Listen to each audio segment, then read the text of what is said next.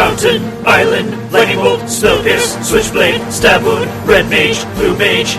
We got bars doing wiggle jumps, and we got numbers spinning up and changing. That's good. We want all those things. Bars doing wiggle jumps. That's amazing. Okay, we're good. More wiggles. Get on it. Wiggle more. Wiggle. You wiggle. Yeah, that's what I like. Hey, everybody. This is Red Mage, Blue Mage. I'm Kenny. I play blue. And I'm Amber, and I play red. And with us once again, your favorite Demir/Esper existential nightmare, Echo Roanoke. Hi, guys. And again, to get contact stuff out of the way, if you want to get in contact with us, if you like what you see, you can email us, redmagebluemage@geekspective.com. You can find us on Twitter @redbluemtg. We'd love to hear from you. Wink. That was the grossest She cringed. wink. She visibly flinched. Ugh, shivered down my spine. So you were saying that this first segment could potentially take 20 years. our entire lives. Yeah. So we should better get into I've only it. got 20 left. So it's time once again to Pick a card. You son of a bitch. pick a card. And this week we left the topic up to Echo, and I'll let you introduce it. And as usual, it kind of turns into a thing where someone provides the prompt, and then part of the fun is deciding what the prompt means to you. So, Yeah, for sure. So what is the prompt that you gave us? So the prompt that I gave was like cards that had an inherent lore that you liked that weren't part of like the main storyline. Right, that weren't necessarily followed up on or fleshed out completely. Yeah, so in my notes I wrote this down as the top 3 cards that lore forgot. The idea being cards with a lot of flavor and lore potential that aren't really addressed by the rest of the Magic story. That's how I thought about it. I just picked a card that I thought, what the fuck is this? That works. Which is potentially exactly right. So Echo, you can be our fearless leader. Who do we want to kick off here? Who do you want to hear from first? Or do you want to provide one? I mean, I can kind of set the stage because You have... I have an absurd amount. I'm seeing a lot of links here. You can no longer give me shit about picking cards. Can I not? I'm pretty sure I actually told Kenny that. I was like, I'm so sorry. Yeah. Because this is supposed to be a top 3 list, and usually I do stick to the 3. Well, What? And I'll I explain think historically why. you have never done that. Yeah, that's why I felt I could push it a little bit. Shh, don't. Shh. I'm raging. It's all right. Don't worry. I only picked one card today. That's not better. It's 3. It's no more, no less. Actually, to be more clear, I picked one card, one YouTube video, and one Wikipedia entry. There are no rules. Nice. Let's just all do whatever we want. Okay, so Echo, why don't you give us like 3 or 4 so we get through your list? Well, I mean, the first 6 that you see there are effectively 1, 2, 3, 4, 5, yeah. So 6. for the number 3, I put in there what I call the Jeff Goldblum cycle. Okay. Which Yes. is 3 flip cards fly from the cycle. Innistrad blocks. Yeah, exactly. And it's effectively like a scientist getting turned into a giant Eldrazi bug That's insect. cool. Yeah. And that story only exists in these 3 flip cards, so it's almost 6 cards. But because of the transformation, you get to see... One stage of the transformation. Yeah, and then because it's on multiple cards, even after you flipped like the first card, and it's Delver of Secrets has become Insectile Aberration, you can see a change from Insectile Aberration to Aberrant Researcher, right? Like they're the same, but also by adding a new flip mechanic, the story has kind of progressed. Mm-hmm. And just to quickly read that card for those that don't know, Delver of Secrets is blue for a 1/1 human wizard. At the beginning of your upkeep, look at the top card of your library. You may reveal that card. If it's an instant or sorcery, you can transform it, and it becomes the Insectile Aberration, a 3/2 flying human insect. Mm-hmm. And it has the flavor text. Unfortunately, all my test animals have died or escaped, so I shall be the final subject. I feel no fear. This is a momentous night. Laboratory notes, final entry. That's really cool. That's very cool. And yeah, so going in with your theme here, this is an entire like movie. This is The Fly, but over a series of 3 different cards, but basically. not just the Fly, because at the end, the last final iteration. Yeah. it ties the entirety of this kind of tertiary story into the storyline of that set. So I'm looking at so I've skipped a couple of the things, but went to final iteration. So I'm looking at this card, and they look. Is the final iteration the thing that's like mass above them, and then this is just like drones of the creation? Okay. Yep. Yeah. So what effectively happens is those 3 drones, like if you read the text of the card, are effectively like first iteration. The very first. Yeah. So it's gotten to the point where not only has it become Eldrazi, but it's started turning other human wizards into its early stages. Cool. Which, almost in the same way that like Aliens happens, right? Like it's creating copies and copies, and will the copies continue going on and on? That's good storytelling in cards. I'm already embarrassed for everything that I picked. Well, should we do your number 3? No. I don't even have a number 3. They're not even numbered. Wait, you said you had a YouTube video? Well, it all ties together. Okay. Tell us a little bit about it. No, you go. You want me to go? Yeah. All right, so you can click on my number 3 there. My number 3 is Your Tiller Nephilim. And this is actually kind of like you were saying, Delver of Secrets is kind of a stand-in for this whole cycle. There's a whole cycle of Nephilim, which are 4-colored creatures, 1 of each of their colors. So Your Tiller, for example, is white, blue, black, red is the mana cost. Wasn't there a video about Yeah, this? I think Ristic Studies might have done a video. Because it's like, where did these creatures come from? Right. It's basically exactly the prompt of this. So these are from the original Ravnica block. They have the creature type Nephilim, and they have weird fucking abilities. So Your Tiller Nephilim, for example, is a 2/2 Nephilim. Whenever it attacks, return target creature card from your graveyard to play tapped and attacking. Mark Rosewater has famously said that 4-color cards are really hard to design for. Yeah. Because you have to basically look at the missing color and design for the missing color. Yeah. Which is really hard to do, I guess. In the story, these Nephilim, like Ravnica is a city that has been built in layers, like the current city is built on who knows how many other cities have existed beforehand. And the Dimir live in the Undercity, which is basically, if you look at the land cards, you can see like city structures underground. Like current day Ravnica is built on top of this. And way, way down there are supposedly the old gods that were worshipped before the Guild Pact was a thing, before the guilds were a thing. And these Nephilim are supposed to represent these old gods being disturbed. These are some of these old gods. It's a biblical word. Yes. The story, this stuff goes nowhere. We don't know anything about what these things are. They're not even legendary for some reason, which a lot of people view as kind of a mistake. You can't even use these in Commander as your commander, really. I mean, a lot of people do, though. Yes, a lot of people do. But it just seems like a super missed opportunity. And maybe, I assume they haven't gone back to them because, one, they didn't get a great reception, even though I think they're cool and interesting.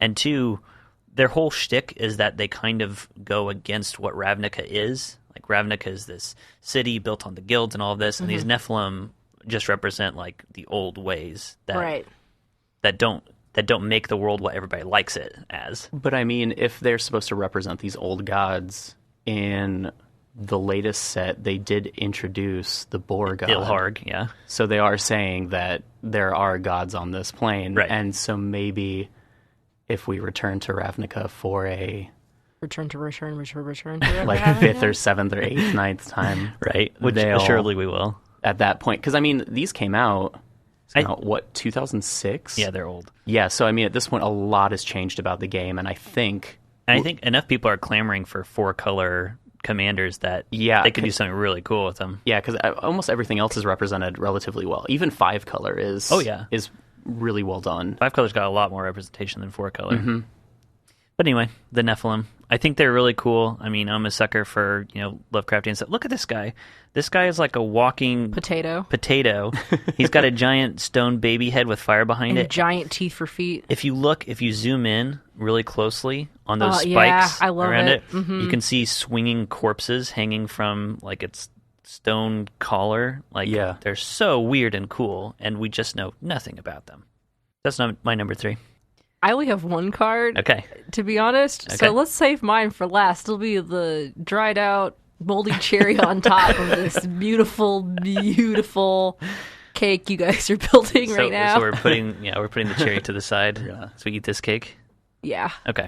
All right. So Echo. All right, so I'll do my number 2. It is a relatively new card called a Trotta the Silencer. It's a legendary vampire assassin, 2 blue and a black, 3/5. A Trotta can't be blocked. When a Trotta deals combat damage to a player, exile target creature that player controls and put a hit counter on that card. That player loses the game if they own 3 or more exiled cards with hit counters on them. A Trotta's owner shuffles a Trotta into their library. So effectively, You really love these alternate win conditions where something goes back into the library. Yeah, don't you? it fits in with what I like to do, but I also Buried treasure. Sorry, that's all I So I like the whole aesthetic of this card, the way the mechanics reflect a story. Because again, a Trotta doesn't, as far as I can tell, doesn't really exist named on any other cards. I do have another card that I didn't put on the list that I'll bring up. There's one other card that a Trotta is on. There's a cycle in these sets where it's like a hybrid, or it's a split card, and one of them is I forget what it. Is it the rare Demure split card? Yes, yeah, but represented in art. And I know a Trotta has a quote on one of the guild gates. Okay, yeah, Yeah, but I mean, but widely speaking, yeah, and the whole story that I could find about a Trotta is a Trotta just wants to be the perfect assassin and doesn't think Lazav is doing a great job of running the guild because apparently Lazav is too like, hi, I'm here, I'm doing things, and a Trotta's like, that's not how this should work. But I think the aesthetic of can't be blocked, dropping in, killing a creature, and putting a hit counter on it so you know a Trotta was there, and then disappearing, into the night effectively, is just really cool. Creating this like beautiful masterwork of assassinations that will eventually ensure political victory. Yeah, right. And so the other card that I didn't put on the list, Honorable mentions. Yeah, but here's the thing, like maybe this is just headcanon, right? But it's the flavor text on Night Veil Predator, which is a Demure vampire. The flavor text reads, 3 daggers left in an angel's back, 3 enforcers with memory loss, 3 keys stolen from my own belt, and you talk of peace. And that's from Tajik. And it's like, that could be a Trotta. That's pretty cool. The whole 3 thing rolling through, right? Like, that doesn't necessarily mean that, but also, if it was a Trotta, would they know? That's really cool. I don't care if that's actually canon. That's great. It just sounds awesome. Yeah, that's great. God damn. Good choice. You know what? I'm going to give you a break on this one. I'm going to give you a break on all these extra cards. Wow. Not you. Wow. I make up for the fact that you only put 1 card on the list. Yeah, that's kind of part of why I did that. No, I just was tired. Okay. So, my number 2 is Helm of Cauldre. And yes, kind of the similar deal here, where Helm of Cauldre is part of a cycle of legendary equipments. So I'll just read Helm of Cauldre. Helm of Cauldre is 3 colorless mana for a legendary artifact and equipment. The equipped creature has First Strike, Trample, and Haste. It costs 2 to equip, but its big ability, and the reason I chose the Helm, is it has 1. If you control equipment named Helm of Cauldre, Sword of Cauldre, and Shield of Cauldre, put a 4/4 colorless Avatar Legend creature token named Cauldre into play and attach those equipment to it. It's Exodia. Yeah. And I've built a lot of decks, especially in my young days, around this equipment. And if you get them all together, eventually what you have at the end of it is a 9/9 indestructible First Strike, Trample, Haste, and whenever it deals damage to a creature, you exile that creature. I love Cauldre. Yeah, that's the entire combination. Cauldre was from the Mirrodin block, which had this big overarching story about Glissa is going to find out the secret about the world, this world of metal. She's trying to save her home. She learns that Memnarch has gone mad and that the entire world is being corrupted. She's on her journey with Bosch, the Iron Golem, and Slowbad, the Goblin Tinker, one of your Goblin boys. Mm-hmm. And along the way, randomly, they also pick up these Cauldre equipments, and they get this giant Cauldre avatar. Where does Cauldre come from? What is Cauldre? We have no idea. Yeah. All that happens at the end is Mimnarch takes control of Cauldre, because that's Mimnarch's power, is controlling artifacts, and uses it to attack them. I think Cauldre is super interesting. Who was Cauldre? Why is Cauldre bound into their equipment? Why has the equipment been scattered? Why any of it? It sent my brain like ablaze, like trying to imagine this stuff, but the story really doesn't give you anything to go off. The answer is always aliens, ancient ones. Wow. What? You cracked the code. I'm Cracked very it. It's good. done. It's done. It's an Eldrazi. Where Yeah, were it's you in Eldrazi. Rodenblock? It was 2003, so God knows, probably crying somewhere in a corner. That's fair. Being bullied. Probably the same, to be honest. I do want to point out that although Kenny only put one, effectively this stands for 3 cards. Yeah, you're now seeing why I gave you a pass on Breaking yours. the rules. Cheater! Flog Hang him! Put him on that Nephilim. Jesus. Take it easy. Okay, so we definitely have to end with Ambers. So let's go to Echo's number 1 choice. I'm so excited. You should be. It's the stupidest fucking... Okay. Wait, excited about Ambers? Yes. Yeah, for sure. It's going to be amazing. All right, so Echo. So my number 1 was talked about on the last episode I was on. It was my commander, Yannette, Cryptic Sovereign. Mm-hmm. And a lot of people are already seeing a theme, I'm sure, in my choices, and that's the way that mechanics on cards can reflect and represent a story being told. I was also And going to this say one is a little... I was also going to say tripartite structure. Oh, yeah. So for those who don't know, Yannette is a legendary Sphinx that costs 2, a white, a blue, and a black. It's Esper colors. 3/5 with flying, vigilance, and menace. Nice. Whenever Yannette attacks, reveal the top card of your library. If that card's converted mana cost is odd, you may cast it without paying. Otherwise, draw a card. So the whole thing about this is, which is the whole basis for my commander deck, which is I can't even. It's all odd. Mm-hmm. And this card, there was a Reddit post that I tried to find again about this that broke down the sheer amount of odd on this card. So the power and toughness, odd. The name has 3 words. The converted mana cost of the card is odd. There are 3 keyword abilities, right? The number of words on the line, legendary creature, Sphinx, odd. The number of words in the flavor text, odd. Like, the entire card is odd. And even the art, if you look, you zoom in, Yannette has 3 horns and 3 eyes. And there are 3 little medallion things hanging down from a couple of the horns. Like, it's just 3 statue pillars in the background. Yeah, 3 like birds. 3 birds. Like, just the sheer amount of stuff. There's three vases, 3 vases, rugs. This like incense vase. burner. Well, the incense burner has 4 legs. Wait, no, that's I don't- a skull. Oh yeah, and see, ribs. yeah. So it's just like it doesn't. This is kind of the one hungry. card where it's not really story based, but it's overwhelming flavor Yeah. for something that's not like kind of. It's cryptic. It's odd. Yeah, I mean, it's well named. It fits right into the thing you liked so much about Ashiok, which is being an enigma. Yeah, right? for sure.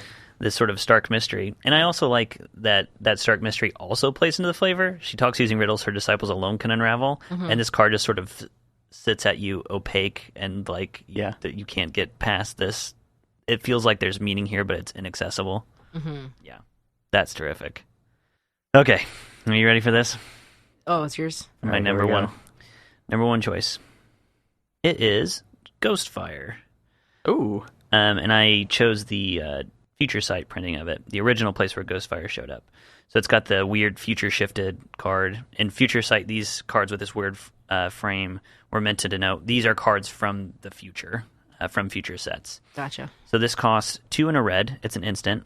So even though it costs red, it has a grayed out card frame and it says Ghostfire is colorless.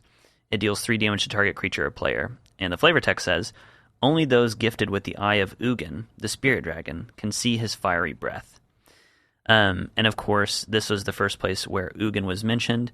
Ugin became a thing, Ugin became important in the Magic story as the twin brother of Nicol Bolas, and now the warden of Nicol Bolas' prison plane, all that stuff, which is all good. It's all fine. But nothing ever paid off Ghostfire or this flavor text, and the art here is really creepy and good. Yeah. Which it shows this sort of emaciated monk with like a dragon tattoo, holding their hands up to their mouth and blowing. Also has a third eye. I can see this. Yep. This monk has. Yep. Like blowing on their hands, and their hands are. It's like they're just holding light in their hands. Their face and their hands are illuminated, and they are blowing towards a poor victim, who it looks like they are being burned away by fire that is completely invisible. You see their skin blistering and burning and breaking and melting away, and so.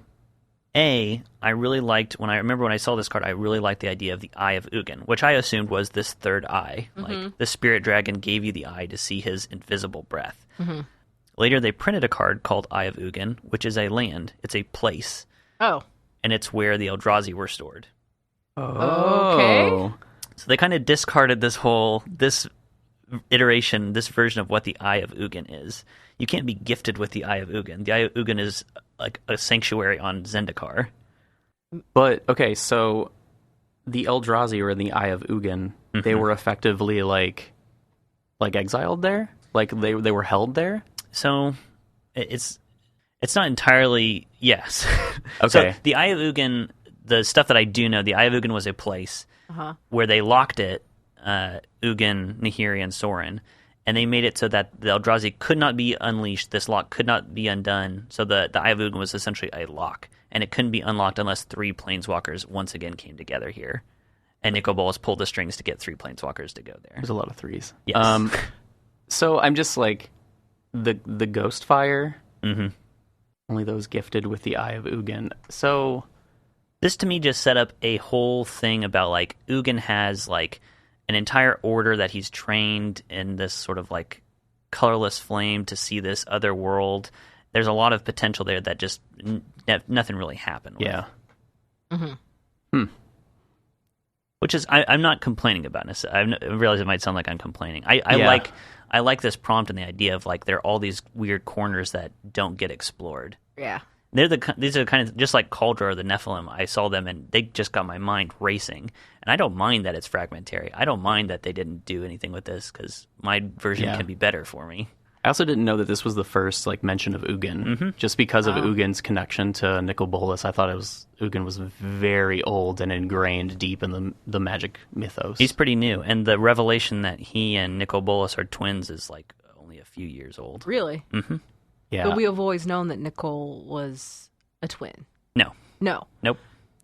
But Nicol Bolas is like originally a super old card, Yeah, right? like Very a old. first set. Okay. So it was kind of like, from a storytelling perspective, hey, we need a big bad. Let's look way back in the game and say that this was, we can say this was planned. Because he That's- was, he was exactly. a dragon man sitting at a desk plotting. Yeah, right? That's right, on his That's dragon-sized desk with his dragon-sized book. all those coffee cups. God, that was so fun to write. Okay. All right. I think we're adequately prepared. Don't click anything. Okay, I'm not. Okay. So first off, I went on a journey. Okay. Specifically looking for goblin lore stuff that is weird. Okay. Yes. But I was having a hard time. Read lazy. And I remember that video Echo showed me a long time ago called Goblins, A Very Serious History. It's a lore essay by Spice 8 Rack. Love Spice 8 Rack. And I started watching it. I'm like trolling through, trying to figure out cards. And I remember Slow Bad. And I was like, he's pretty relevant. Like, he's not like something that lore forgot or really. It's like he was a prominent thing in Mirrodin. But as I was watching this video, 3 minutes in, there was a card that came up, and I just was like, what the fuck is this? And I wanted to know more about it. And so if you click on the link that's after the words, what is this? Yeah. I don't know what it is. What? Is this? I remember this in that video. Yeah, exactly, right? I forgot how it's pronounced. Is it, Brushwag. Bushwag. Look at it. It's... What is it? It just looks like it's panicking. Like it's not supposed to be So, rolled up in that big ball of brush. it's It was never meant to be. Why do I exist? Who put me here? What the hell? So anyway, it's one green, and it's old. I don't even know what the hell is. What's that palm tree? I can't remember what that set is. It's old. That is Mirage. So summon Brushwog. Doesn't even have creature on it. It doesn't have a creature on it. Nope. If Brushwog blocks or is blocked, it gets -2 +2 until end of turn. Super powerful. Wow. Yeah, huge butt. And it does. It looks like something ate it and then coughed it up and is trapped in this hairball thing. Look at its face. Looks like a Look at its derpy face! man cat. It reminds me of the giant, like a scared version of the giant warthog from, oh god, what's the anime? Naruto. No, not Naruto. Princess Mononoke? Yeah, right. Where it's got like all the worms. Oh, like this yeah. just Oh, looks yeah, like yeah. a like a kind of comical version of that. Kind of, yeah. Where it's like rolling through the forest, but it's scared of itself. Also, I just looked. It's also the only Brushwog in the game. Yes! Yeah, it's the only type. Exactly! I was looking up other cards, It should be a too. legend. See, okay, yeah, okay, I get you. Yeah, so its name is Brushwog, which is spelled Brush W-A-G with an extra mysterious G at the end of it. And then the Oracle text, it's a creature with creature type Brushwog. Yeah.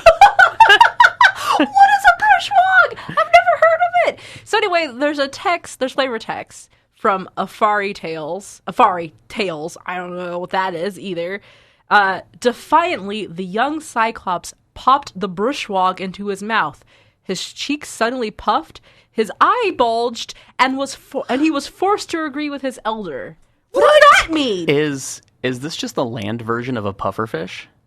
Maybe. Because it loses most ability of its offensive power and gains defense when it like Puffs up. puffs up, I guess. Also, is it like a truth, like a compliance serum?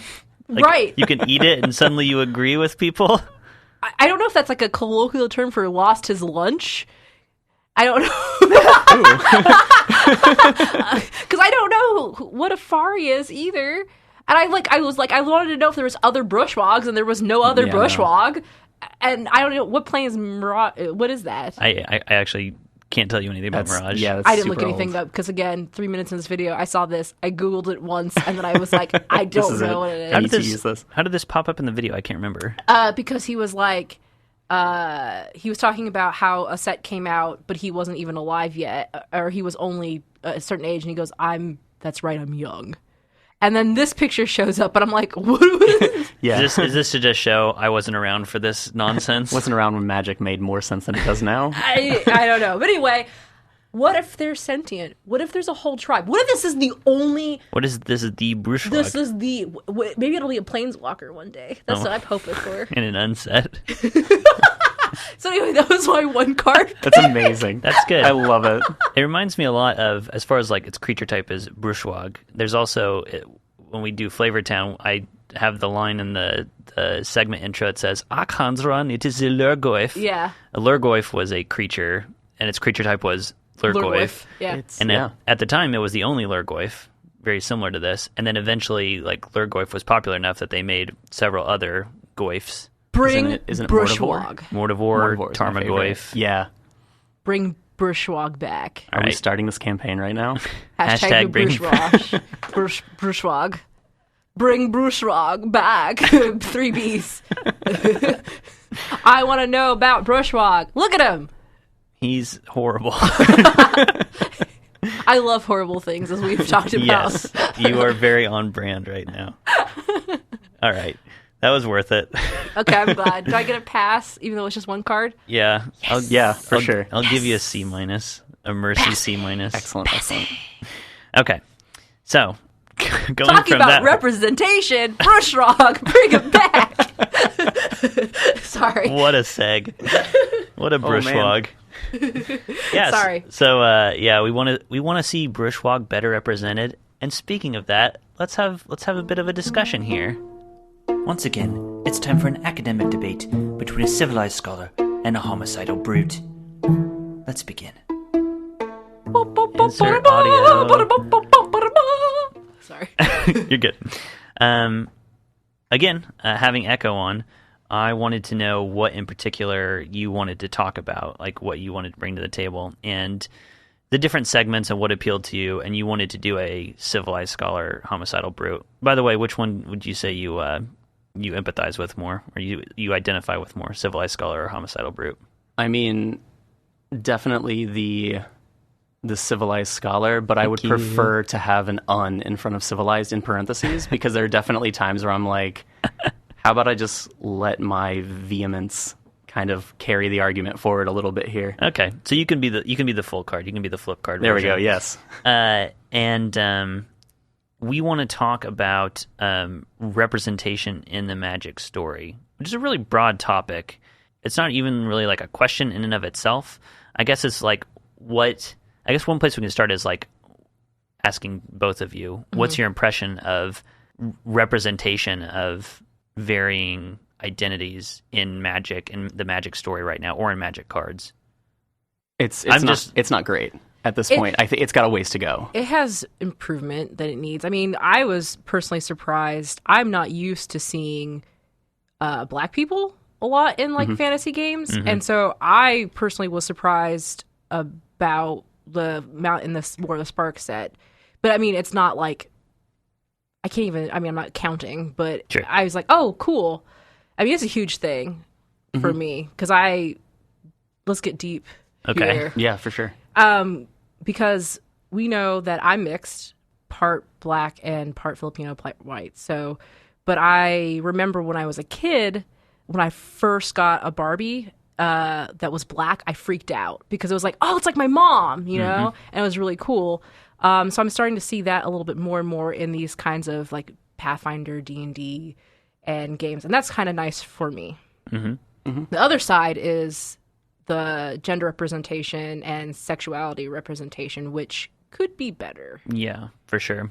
I think one thing to bring up, like, because you bring up that it could definitely stand some improvement, which I think is 100% true. Do you guys feel that, like, in my head, like, clearing the first hurdle of getting any kind of representation at all is by far the biggest step.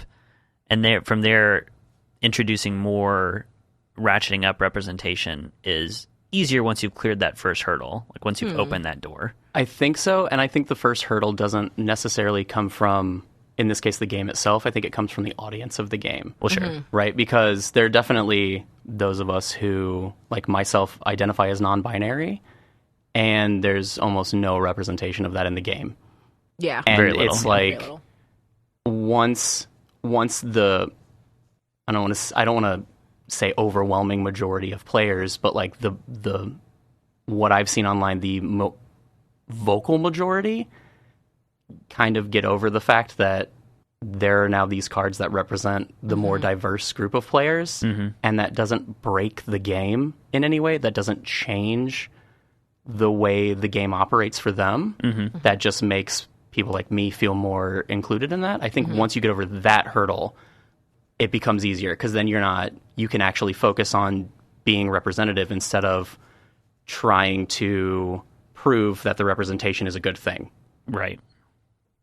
This is a hard topic for me, because not just like the topic in general, just like articulating it. Sure. I don't feel very well versed in a lot of this. Well, and all I have is really just personal anecdotal. Oh yeah, for sure.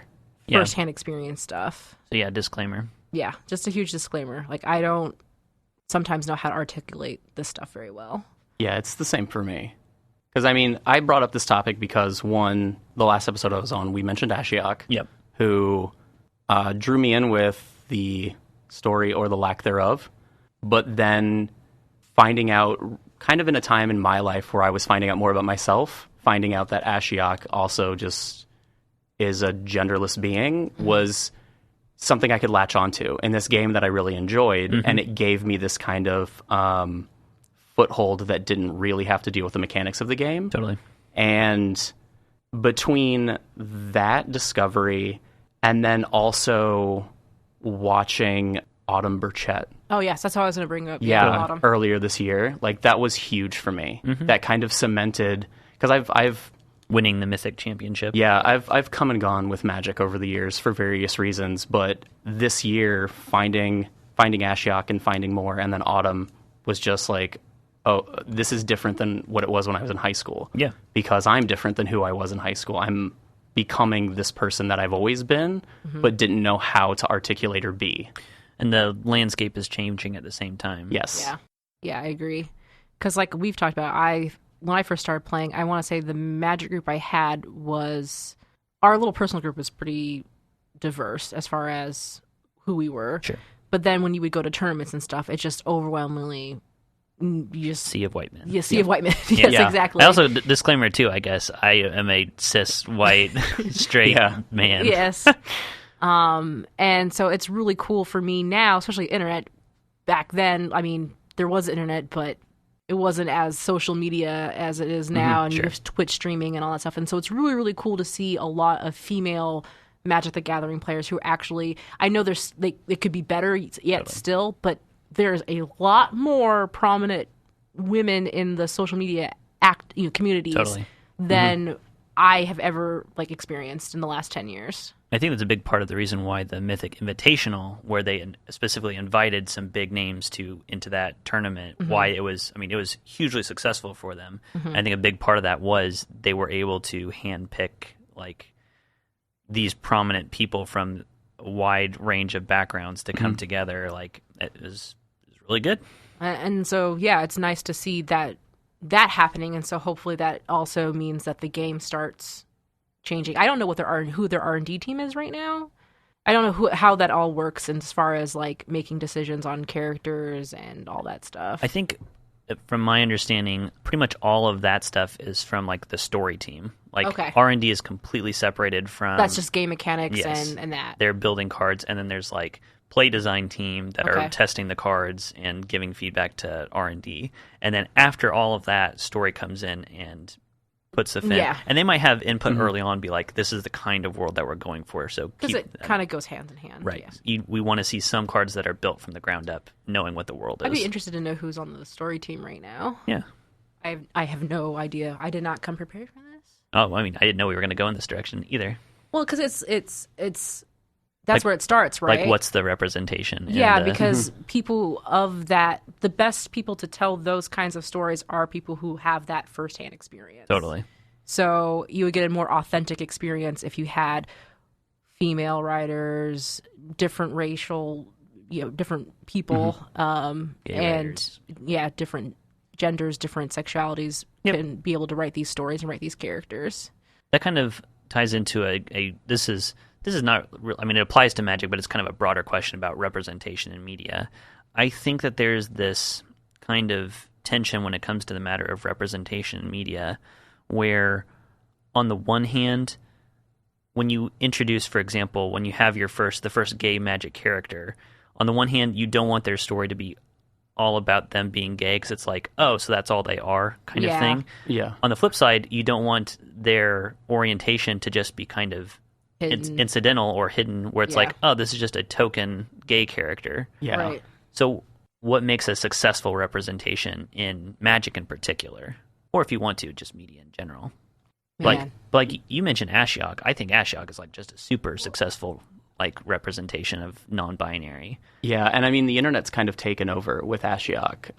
One of my favorite non-Magic artistic renditions is this a little bit more cartoony looking Ashiok, wearing a sweatshirt that I've seen online that says, "I'm not a boy or a girl, I'm an existential nightmare." Yeah. And it's that resonates with me on all kinds of levels. I think as far as what makes it a success is the fact that Ashiok in particular shows up in the story. Ashiok is canonically just not at all, just a genderless being. And that is a thing that has been brought up in particular, asked by Magic players, and several different people, from what I can find, just back it up and say, this is how you talk or write about Ashiok. These are the pronouns that you use, or just use Ashiok's name. At the same time, Ashiok has this relatively important part to play, especially in Theros block. Right. So Ashiok is not relegated to being a sideline, token non-binary character. And Ashiok is back. Seems to have played a big role in War of the Spark, because Ashiok showed up in the meditation realm. My understanding is Ashiok has a card that apparently is in the meditation realm. Yeah, I was looking at the art, but it's not in the novel. I was talking to you about it. And I was looking at the background of Ashiok's card because I didn't notice it at all at first. And I was like, Ashiok's in Nicol Bolas's meditation realm. Ashiok has a buffet of slurping on some dragon. Yeah, right. Yeah. Ashiok's gonna be the next villain. That'd be cool.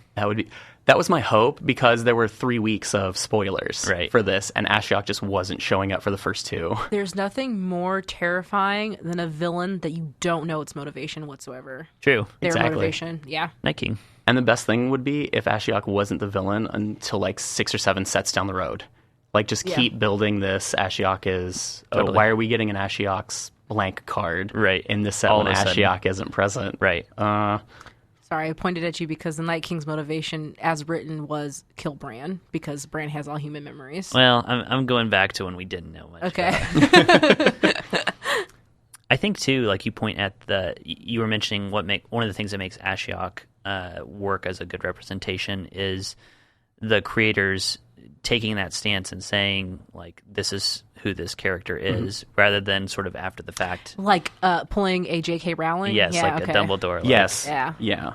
And mentioning it after the fact, like building characters where... I never said Hermione was explicitly white. Wink! Yeah, exactly. That comes off as cheap and lame. Yeah. And if it was worth noting, it should have been noted, right? Right.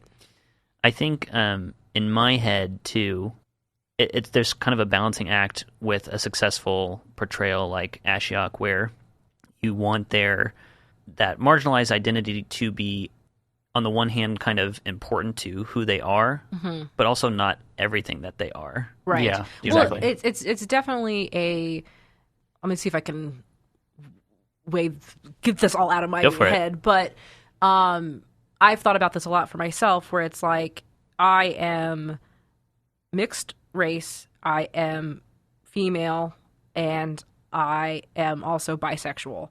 And it's like, I don't want to be invited just because I'm on something, just because of one of those 3 things. Just because of that. Because, that's important to who I am, but that's not all that I am.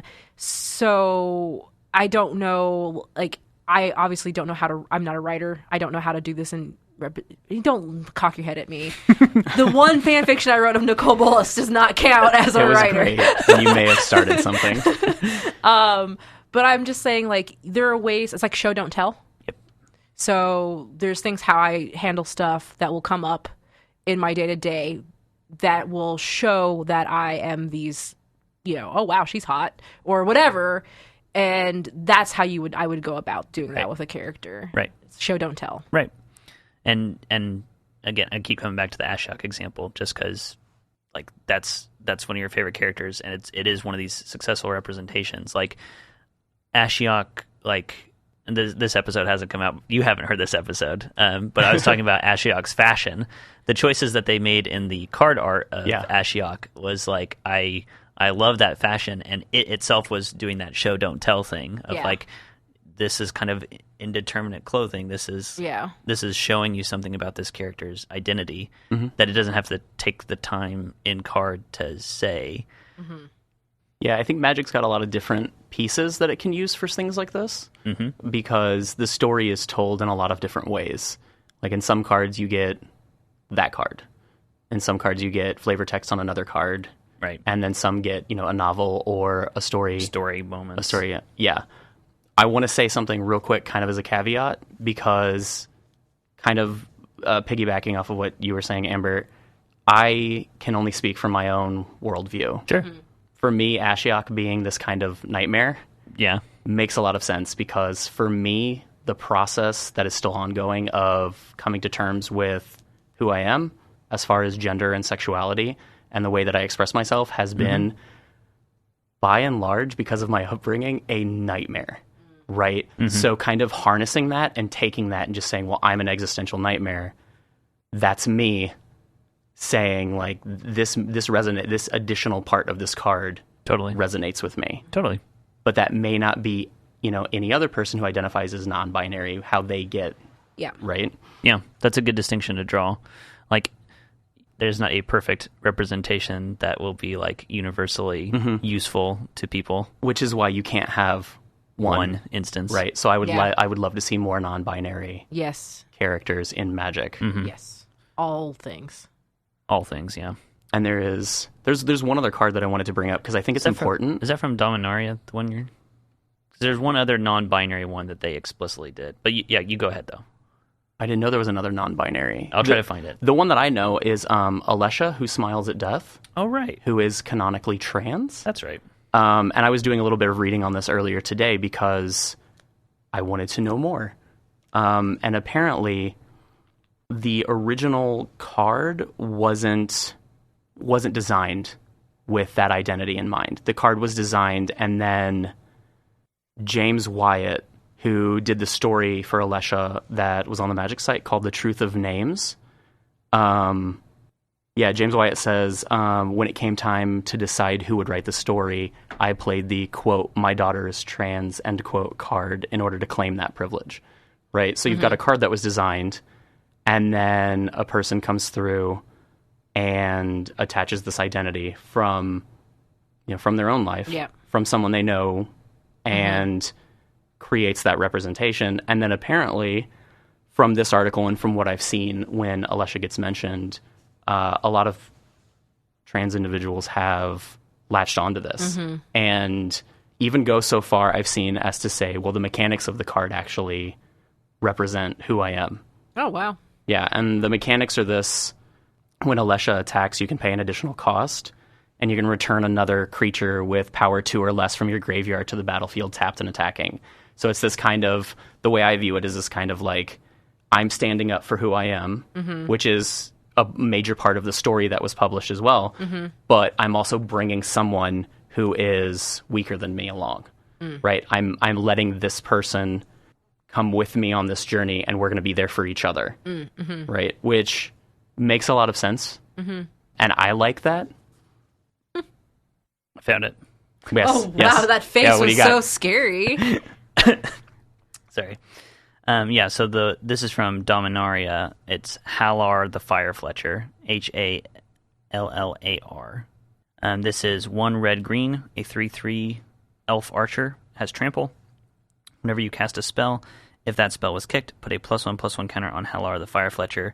Then Hallar deals damage equal to the number of +1/+1 counters on it to each opponent. Nice. I don't remember the whole story here. I mean, Dominaria was filled with all kinds of legends because it had that legendary matters trope in it. But I do remember them, again, going the opposite route of J.K. Rowling of when they preview this card, mentioning Hallar is non-binary. I don't know that they did a lot else with the story, though. This kind of falls into the category of like just proliferating more characters that fit into a wider range of identities, just so it can be something that people are exposed to as like, this is a thing that exists. Yeah. Yeah. And I think like, so now after we're done, I'm definitely going to go read more about Hallar and then probably use them as a commander in a new commander deck, which I didn't know I was going to make a green-red commander deck, but apparently now I am. And this is how this works, right? Like, I'm excited about this card, this new card, because the next commander I was going to make is going to be based around Ashiok, at least in theme, but it's going to contain Ashiok as well. So now it's like, okay, well, now I have another one that I want to do because I'm excited about seeing more representation. This card excites me because For sure. there's a piece of me in this card now, effectively. For sure. I mean, that's what makes Magic great in the first place. I talk a lot about how the customization of it, Magic is a unique experience for an individual. Like, you get to decide what to build, even though, like, the lands. I remember Mark Rosar talking about, like, why don't we just... do you pick? Yeah, which lands do you pick? Which ones best represent you? Not to be all jokey right now, but what does it mean that all I love is goblins? And I feel, like, a really strong connection to, like, Krenko. I mean, as long as I've known you, you've definitely had this kind of Goblin affinity. like goblin, this kind of like goblin mom thing. Yeah, right? There we Right? go. And we were talking about this when I found that Goblin Matron. Yeah, Yes. exactly. That card is fantastic, by the way, and needs to be in my Krenko deck. I thought of you as soon as I saw the title. I didn't even get to the card. I saw Goblin Matron and was like, this is Amber. Yeah. Or the anti-whatever from... Oh, Orwin. yeah, the bog. Yeah, the Yeah. bog. Well, I think it's just there's something about them that you identify with. Yep. And that's not going to be the same as Yeah. anyone else who likes Yeah. goblins is, right? It's like, I'm a trash person, and too bad I love it. Yeah, Yeah, exactly. right? And it's fine. Look at this filth. Yeah, exactly. Pouring it on you, like in the Krenko 10th Street Kingpin Yeah, I art. love.